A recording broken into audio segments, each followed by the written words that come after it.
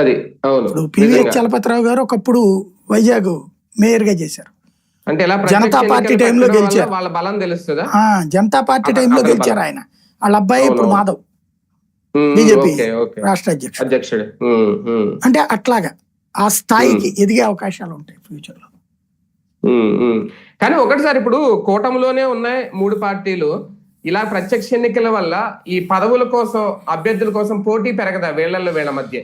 పోటీ తగ్గించడానికి వేసిన గేమ్. ఇప్పుడు అవునా, తెలివైన ఎత్తుగడ వీళ్ళిద్దరికి అది ఎప్పుడు అర్థం చేసుకుంటారో తెలియదు.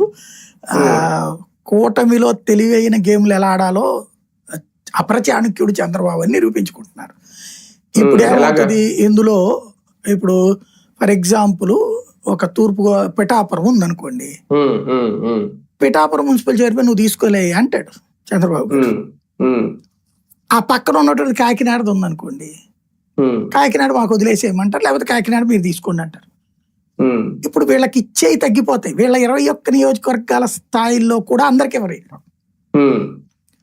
ఇప్పుడు మామూలుగా ఈ జరిగినాయి అనుకోండి గ్రౌండ్ లెవెల్ ఎలక్షన్స్, రేపు తెలుగుదేశం తమకి టికెట్లు ఇవ్వకపోతే ఆశించినంత, కూటమిలో తమకి న్యాయం జరగకపోతే బీజేపీ వాళ్ళలో కూడా కొంత రెబల్ వస్తారు. మేబీ 1% ఉంటారు బీజేపీ రెబల్స్.